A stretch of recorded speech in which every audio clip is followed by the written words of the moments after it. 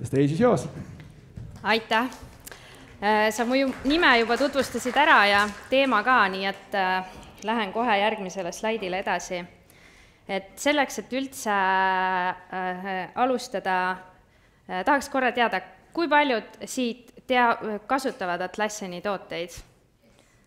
Yes, peaaegu enamus ruumist, aga mõned näod ikkagi on, kes kätt ei tõstnud, et ma saan siis natuke ikkagi väikse ülevaate teha mõnest inimlevinud tootest. Aga Atlassian ise on tarkvaratootja, kokku kuulub tema brändi alla umbes 20 toodet. Lisaks on toodete seas selliseid funktsioone, mida võib omakorda pidada täiesti eraldiseisvaks tooteks. Ja Atlassiani turuplatsil on siis veel omakorda tuhandeid lisandmooduleid, mille abil neid funktsioone veelgi täiustada. Ja kõike on võimalik ka oma kohandatud API-liidestega veel võimekamaks muuta. Ja mõningate toodete puhul on siis võimalik valida, kas majutada see enda serverites või kasutada mugavalt pilveteenust. Nüüd siis esimesest tootest. Toon siis näite, et väike pereettevõte otsib tasuta tarkvara, kuhu oma tööd kirja panna ja järge pidada selle üle, mis on tehtud ja mis veel teha. Nad võtavad kasutusele Trello ja siin pildil on ka siis toodud välja Trello, mis on põhimõtteliselt Kanban tahvel, kus oma ülesandeid mööda nende elutsüklit liigutada. Sellega seoses saavad nad siis hea ülevaate enda tegevustest, mitte midagi ei lähe meelest ära ja oma tööd planeeritakse paremini. Kätt tõstma ei pea, aga võite kaasa mõelda, et kas sa oled kunagi unustanud midagi tegemata sellepärast, et see ei saanud kuskile kirja pandud või see kadus kuskile meilivahetustesse. Et mina igal juhul olen. Ja Trello puhul on siis ka see, et tihtipeale võetakse see kasutusele, sest seda saab kasutada juba tasuta ja hästi mugav lihtne seadistada, ei vaja otseselt väga administraatori panust, aga tihtipeale jääb ikkagi sellest väheks. Et selleks, et süsteemsemalt asju hallata, oma töid tegevusi, on siis Jira. Et ettevõtte laieneb mõne aastaga ning neile tekivad erinevad meeskonnad. Trello versioonist jääb neile väheks. Nad soovivad näha seoseid ja täpset ajakava erinevate osakondade tegevuste vahel, nagu turundus, juhtimine, eesmärgid ja palju muud. Nad hakkavad otsima projektijuhtimise tarkvara ning leiavad, et Jira võiks nende vajadusi süsteemsemalt täita. Trello boardid jäävad aga kasutusele isiklikeks tööalasteks tegemisteks. Aga iga osakond paneb oma tegevuskava siis just Jirasse kirja. Et kui te olete võib-olla kuulnud Jira software ja pildil on tegelikult Jira Work Management näidatud, siis Atlassian hiljuti oma suurüritusel Team 24 teavitas ka, et need kaks liidetakse nüüd kokku, läheb natuke lihtsamaks ja ei ole enam nii segane. Ja head funktsioonid nagu kalendervaade, mis oli ennem ainult ühes Jira versioonis, tuleb ka teise, ehk siis sellesse ühte, mis alles jääb. Ja siis Jira puhul on siis boonuseks võrreldes Trelloga ka see, et saab tekitada erinevaid töölaudu ehk dashboard'e, filtreid, palju enam rohkem automaatikaid kui Trellos, ehk ta ongi lihtsalt võimekam ja palju rohkem erinevaid vaateid on võimalik tekitada. Aga edasi ettevõtte avastab, et tarkused püsivad inimeste peas ja inimeste lahkumisega lähevad ka need kaasa. Et võid ka siin kaasa mõelda, et kas sinu ettevõttes on tulnud seda olukorda ette, kus teadmised lähevad, kus lahkuva töötajaga kaasa. Meilidest ja suhtluskanalitest info leidmine on muutunud keerukaks, seega vajab ettevõtte teadmusbaasi, wikilahendust, siseveebi ja nad valivad selleks Confluence'i, sest seda saavad nad mugavalt juba kasutuses oleva Jiraga ühendada, lisades dokumente Jira ülesannete külge ja Jira ülesandeid dokumentidesse. Aga ettevõtte töötajatel kasvades tekib palju küsimusi, millel on korduvad vastused või lahendused. Ettevõtte võtab kasutusele kasutajatoe teenuse osutamiseks Jira Service Managementi. Ettevõte pakub selle abil siseteenuseid oma töötajatele ja äriteenuseid oma klientidele, ehk siis läbi ühtse kliendiportaali, mis on seotud ka varasemalt kasutusele võetud Confluence'iga. Ning kliendid leiavad kiirelt vastused oma küsimustele ja teenust osutavate töötajate aeg pöördumise lahendamiseks väheneb. Lisaks siis, kui ma enne mainisin, et toodete hulka võib lugeda ka mõningaid funktsioone, et siis pildil on assets, mis on Jira Service Managementi funktsioon, aga ta on nii erinev tervest Jira Service Managementist tervikuna, et justkui võiks seda ka eraldi tooteks nimetada. Et ettevõttel on siis palju varasid ning nad soovivad neid paremini hallata, et näha seoseid ja siduda neid kasutajate pöördumistega ning oma tegevustega. Näiteks kajastavad nad seal oma tooteid, teenuseid, töötajaid, kontoreid, IT-seadmeid, süsteeme, lepinguid ja partnereid. Ehk siis praktiliselt kõike võib seal kajastada. Aga edasi, et need olid peamised kõige populaarsemad tooted, lisaks on veel Access, mis on kasutajate halduseks, Bitbucket, mis on koodirepositoorium ja nii edasi. Ja kui kõigest sellest ei piisa, on vaja juurde, siis kõike saab liidestada, et Atlassianil on API võimekus päris suur ja tugev. Ehk siis sky is the limit. Liidesta millega vaja ja implementeeri uusi protsesse juba olemasolevasse tarkvarasse. Aga täna tuleb alustada sealt, kus sa oled, kasva vastavalt vajadusele. Ja kui kasutada Atlassiani tooteid pilveteenusena, siis on võimalik kasutada ka AI abi. Aga edasi, et mitte ainult toodetest ei tahtnud ma rääkida, vaid natuke ka küpsustasemetest, et ettevõtte ülene teenusjuhtimine ja sellega seoses küpsustasemed. IT-inimesed on kindlasti kuulnud väljendid ITSM, kuid aina populaarsemaks on muutumas väljend ESM. Ja inglise keeles tähendab see siis Enterprise Service Management ning eesti keeles võiks selle kohta öelda ettevõtte ülene teenusjuhtimine. Et kui mu eelnev jutt tooteid tutvustades rääkis ühe ettevõtte liikumisest küpsustasemel, kuidas ta kasvab, siis proovin edaspidi räägin teenusjuhtimise vaates sellest. Et küpsustaset saab ju mõõta ka küberturbes, teenuste osutamises või ükskõik millises asutuse protsessis tegelikult. Ja nendeks on loodud erinevaid küpsustasemete mudeleid.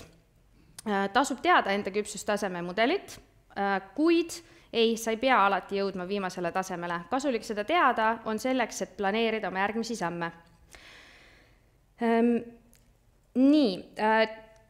Teenuse juhtimise poole pealt siis seda toetab Atlassiani toodetest Jira Service Management. Foresteri uurimuse alusel on see ka hetkel Enterprise Service Managementi turuliider ja lisaks Atlassiani poolelt selle protsessi küpsusmudeli kasvades võib sinna juurde lisanduda ka tavaline Jira ja Confluence ja miks mitte ka näiteks Teams ja Slack integreerituna Atlassiani toodetega. Aga tutvustangi neid astmeid, mis siis Atlassian välja toonud on teenuse juhtimise koha pealt. Et esimene tase on siis struktureerimata, kasutaja tugi tegeleb siis, kui tema poole pöördutakse, kas üle ukse, meili või telefoni kaudu. Ja struktureerimata tasemel on tööde planeerimine ebamugav, meeskonnad ei tee omavahel koostööd, kasutavad erinevaid tööriistu ja fookuses on oma osakonna väljundid, mitte ettevõtte omad tervikuna. Teadmusbaas on puudulik, mis tähendab, et klient ei saa ise ennast aidata ja suurem koormus lasub kasutaja toele. Puudub ka teenuste kataloog ning töötajad ei tea, mida nad tellida saavad ja kelle poole oma sooviga pöörduda. Seetõttu kulub palju väärtuslikku aega korduvate tegevuste teostamisele ning kasutajate abistamisele. Nüüd liikudes järgmisele tasemele on juba olukord veidi parem, et teenuseid osutavad meeskonnad teevad omavahel koostööd, teenuste kataloog eksisteerib ja seega on teenused jaotatud, vastutusalad selged, kasutatakse ühtseid töövõtteid ja tööriistu. Järgmine tase on aga kliendikeskne. Klientidel on üks siseteeninduskeskkond, kust leida nii juhiseid, kui tellida kõiki neile võimaldatud teenuseid. Tegevused on laialdaselt automatiseeritud, planeerimiste ja tulemuste jaoks on kasutusel mõõdikud, nagu kliendi rahulolu, pöördumiste arv, kiirus ja palju muud. Sellega seoses siis ka suureneb kliendi rahulolu ja väheneb pöördumistele kuluv aeg ning töötajate väärtuslikku aega saab kasutada olulisemateks tegevusteks. Tundub juba päris hea, aga üks tase on ikkagi veel. Partnerlus.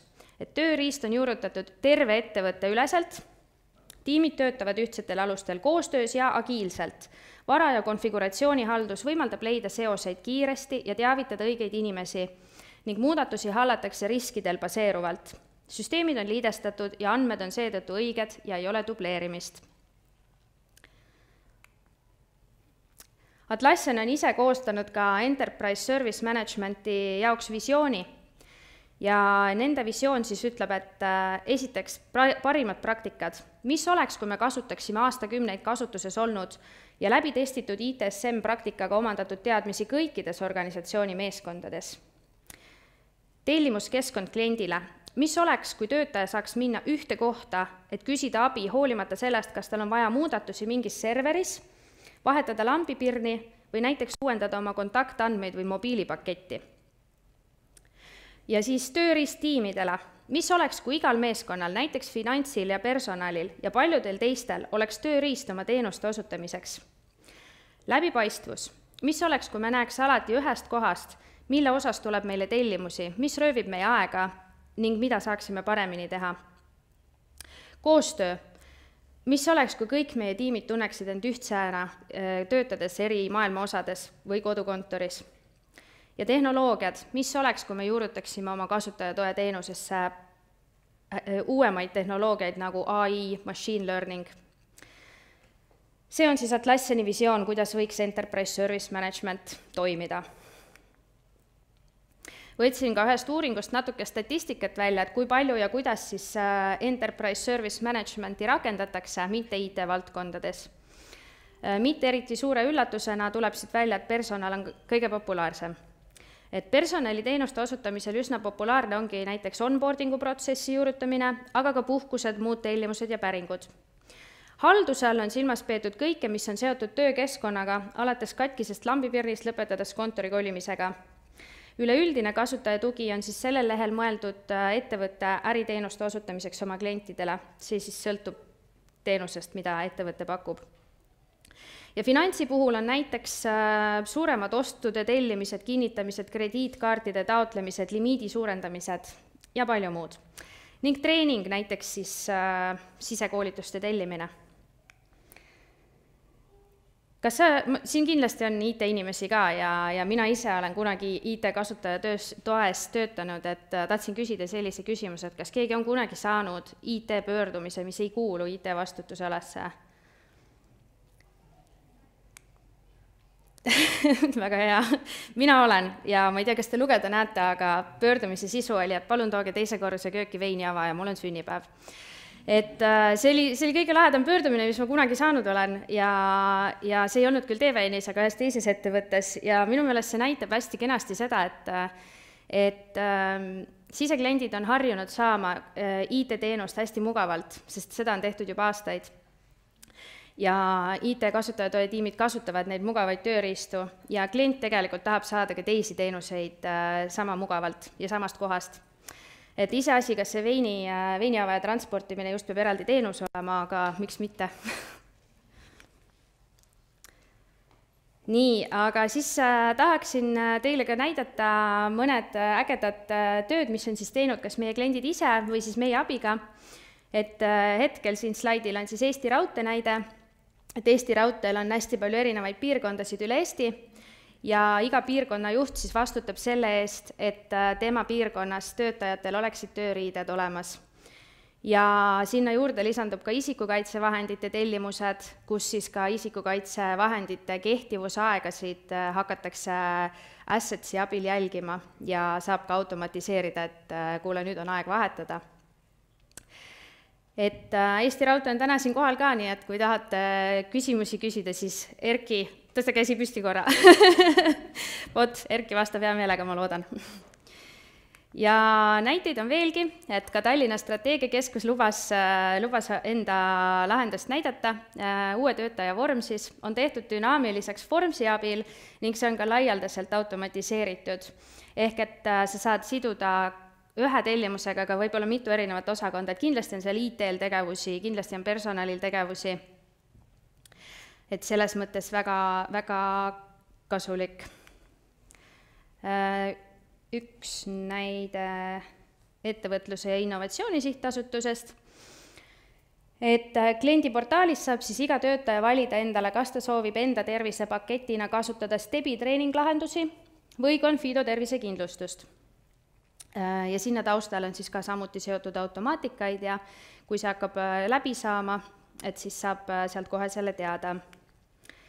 ja üks onboardingu näide veel, nagu ka sellelt tabelilt näha oli või sellelt tulpdiagrammilt, et personalis on see üsna populaarne, siis onboarding on ka meie kogemuse alusel üks tõesti populaarsemaid lahendusi, mida sinna tehakse. Et siin on siis Insli näide, et ka nendel on see ette antud andmestikuga vorm seal, et kõik olulised andmed oleks kohe alguses olemas ning seotud kenasti automaatikatega. Aga nüüd ma sooviks, et teie mõtleksite kaasa ja räägiksite kaasa, et milliseid teenuseid peale IT saaks sinu ettevõtte täna lisada Enterprise Service Management tööriistadesse. See ei pea olema Atlassiani oma, mis iganes muu. Mõned näited ka siis suvalised, mis pähe tulid. Hea meelega kuulaks, mida kasutate juba täna või mida saaks kasutada. Pole julgeid inimesi. Jah, palun, Erki. Mikrofoni, kas saaks Erkile mikrofoni? Ja sul on piisavalt hea hääl isegi, et... Tegelikkuses väga lai automark, et siis kui väga palju töötajad saavad autosid kasutada, siis autode broneerimissüsteem või rentimissüsteem. Ja, see on kindlasti väga hea mõte. Teeme ära. On kellelgi veel ideid, et see on lihtsalt kliendivaade, ma täna ei näidanud teile, need eelmised videod olid kliendivaade, et ma ei näidanud teile seda, mis seal taustal toimub. Aga siiski, et kaasa mõelda, äkki tuleb kellegelt veel mõni hea näide. Olgu, kui ei tule, siis räägin, kust kõike seda toredat huvitavat veel leiab, et veebis meie teenused, kõik Atlassiani teenused eraldi välja toodud.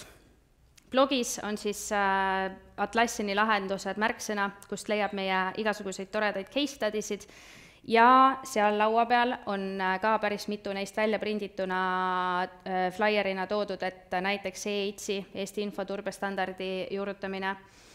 Et sellised erinevad toredad case studies'id on siis meile kirjutatud ja leiate need blogist kenasti üles.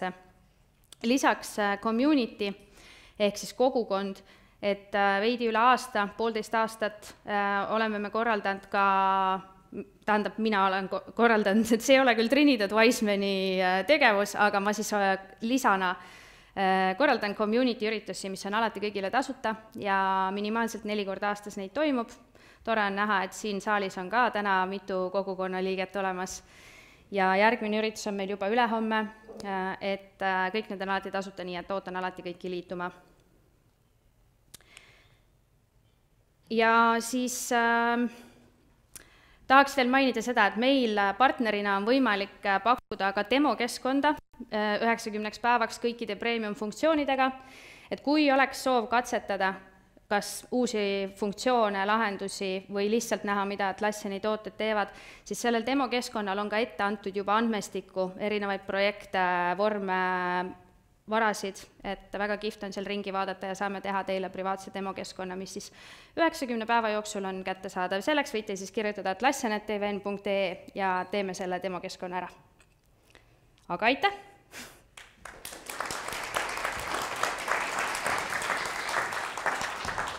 Aitäh, Kerli, ja kas saalis on küsimusi tekkinud? Või esitati kõik küsimused juba seal eelmises faasis ära? Meil on üks küsimus. Nii, jah. Kas sa selle veinipudeli avaja viisid? Ei viinud. Ma arvan, ma sain selle ühe tärni sinna kasutaja rahulolu hinnangusse. Et ma ei viinud, jah. Tundus, et ei ole see koht, kuhu peaks oma aega kulutama. Aga peaks mõtlema, kuidas seda automatiseerida, et saab seda veini nagu kuidagi, võib-olla peaks igal korrusel olemas olema. Kindlasti väga vajalik. Kas on veel küsimusi saalist? Jaa. Jah, olemas. Et olen ka kasutanud varasemast töös Atlassiani ja küsimus on see, et kuidas teil on, et kui tuleb uus töötaja näiteks, et kas te teete mingisuguse suure koolituse ka või? Et ma lihtsalt tajusin seda, et inimene tuleb tööle ja mitmete inimeste puhul oli niimoodi, et kõik nagu eeldasid, et seda kõik oskavad seda kohe, eks ju. Teised mine sinna ja tee sealt ja võtta siit, tekitab väikest segadust alguses, et kuidas see kultuur või praktika on? Mul on raske TVN-i seisukohast rääkida sellepärast, et kui mina tööle tulin, siis minult eeldati, et ma oskan Jirat või nagu Atlassianit kasutada, et mina ei saanud eraldi koolitust. Aga ma usun, et nagu meie sisekoolitused tulevad vastavalt vajadusele, kui neid inimesi on, kes tahavad seda õppida, siis me kindlasti koolitame. Ja teistes ettevõtetes tegelikult täpselt samamoodi on see, et ma alati soovitan muidugi Atlassiani University enda koolitusi vaadata, mis täna on nüüd kõigile tasuta, et ennem olid seal mõned $39 on-demand learning kursused, aga Atlassian teavitas, et nüüd need on kõigile tasuta. Ehk siis soovitan kindlasti kõikidele oma kolleegidele seda infot jagada, aga kuna ta on nii kohandatav tööriist, siis kindlasti ma arvan, et väga vajalik on ka selline meie asutusest lähtuv koolitamine, et eks seal on erinevaid lahendusi, kas siis salvestusi või ongi kasutada Atlassianit ennast ka selleks sisekoolitamiseks, et ka selleks on lisandmooduleid, et kindlasti peab koolitama. Aga küsimus Eesti Raudteele ka, et kuidas teil on, et teil on seal sellised inimesed, eks ju, on autojuhid ja rongijuhid ja piilupardid ja et kui paljud nendest inimestest kasutavad selliseid sisemisi tööriistu? Täpsustaks, et rongijuht Eesti Raudteel ei ole, Eesti Raudtee vastutab Vabandust. Raudtee taristu, aga meil on üpriski palju Atlassiani kasutajaid, 271, kes kasutavad Jira software'i, kellest nagu aktiivseid kasutajaid on niisugune 100 ringis, et väga palju ka taristu hooldustöid ja taristu ohutus turvalisus kontrollitakse ja tööd pannakse üles Atlassianisse. Et kasutus on päris suur, pidevalt tuleb teha neid koolitusi, aga üldiselt tiimides on üks spetsialist, kes on väga pädev ja nad teevad siis oma tiimi siseseid, kui inimene tuleb, nad juhendavad ise oma tiimis sees inimest seda Jirat või siis konferentsi juba kasutama. Ma mainin korra siia juurde, ennem kui järgmine küsimus tuleb, et selle koolitamise koha pealt veel, et see tiimide teema. Ma olen tähele pannud, et efektiivsem ongi teha tiimidele eraldi koolitusi kui tervele majale, et iga tiim kasutab seda nagu rakendust veidi erinevalt. Mul on niisugune mõte, et äkki sa mainid paar lauset külaliskontode kohta, sest see on kasulik info. Külaliskontod on siis